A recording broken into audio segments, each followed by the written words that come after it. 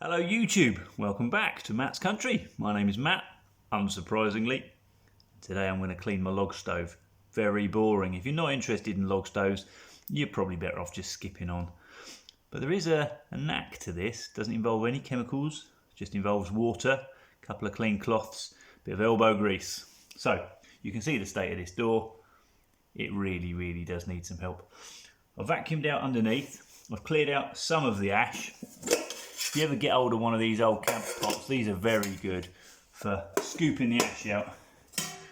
One of them, just in case there's any smouldering bits, because that can last 2 or 3 days. It's possible for some of the embers to still be hot in that ash bed a long time after you think it's gone out. So I put them all in here, then I leave that outside for another day. That cools off properly, then we're ready to go. So, how are we going to clean that without using any chemicals, without spending any money? Need a couple of old bits of cloth, need a little amount of water, that's all it is, and some of this. There's grease in there, it's called elbow grease. It's actually going to be this one ironically, but there you go. Right, so in the bed of that stove there's a little bit of ash left, and if we use that as an abrasive mixed with water, so this into water, get it nice and wet, then this into the ash at the bottom of the stove, just the ash. If you burn pallets, make sure there's no nails in this, okay? You've all been warned. And then we gently rub that in circles right to the corners. We get a little bit more ash because we're looking at making a paste. This starts to become an abrasive paste, and the beauty of it is the chemicals in this are the same as the chemicals that burnt to the glass. Therefore, if there's anything that needs dissolving, this is going to help. Don't be tempted to wipe it off yet.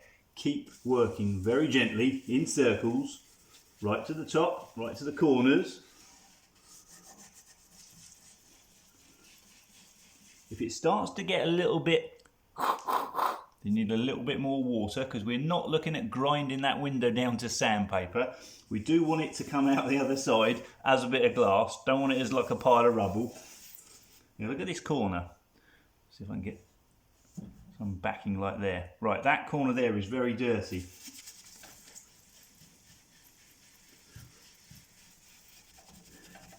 Right, we're getting progress here. A little bit more ash, because it's free. Sometimes a bit more water, because it's free. No chemicals, please. No lemon juice, no vinegar. Water and the ash from your own stove. It's not even worth keeping the ash for another time. There will always be ash. If you've got a dirty window on your stove, you're going to have ash. You use the ash from that burn. That's good, we're making good progress now. Bottom corner's a bit tricky.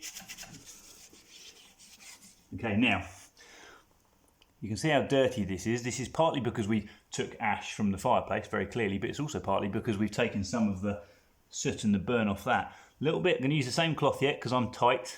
A little bit more water so we can dissolve this a little bit better. You can start to see through now. And the most important thing is that brown, chestnut brown staining is gone. We're just left with kind of a grey sheen. You see? That's just the ash left now.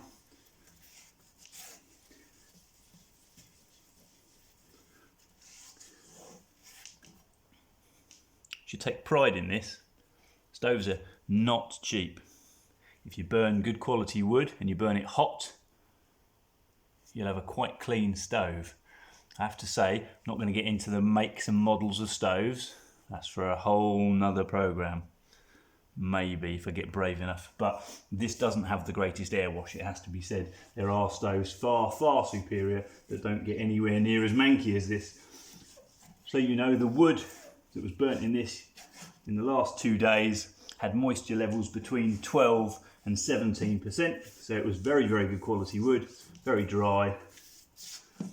But when you knock the air vents down on the front, bring it right down to the lowest burn, tiny little bit, not from the lowest air, but from the back air.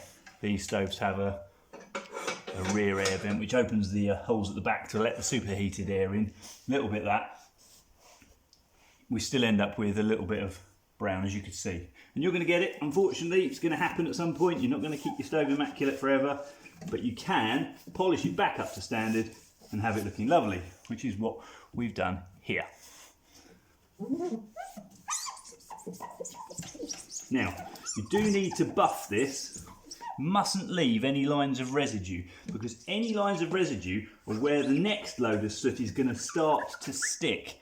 And you don't want that. You don't want the air wash from this drafting down and hitting something, even if it's a little tiny ridge. You just don't want it.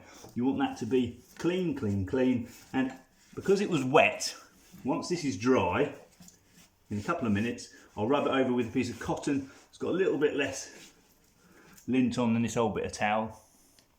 But that, there you go. And that just used the ash from the fire and tap water. Nothing else. I wish you all a lovely day. I hope your stoves burn warm and bright. Keep you warm all winter long, because they are a wonderful thing. Look after them. Thanks for coming. See you all soon. Take care.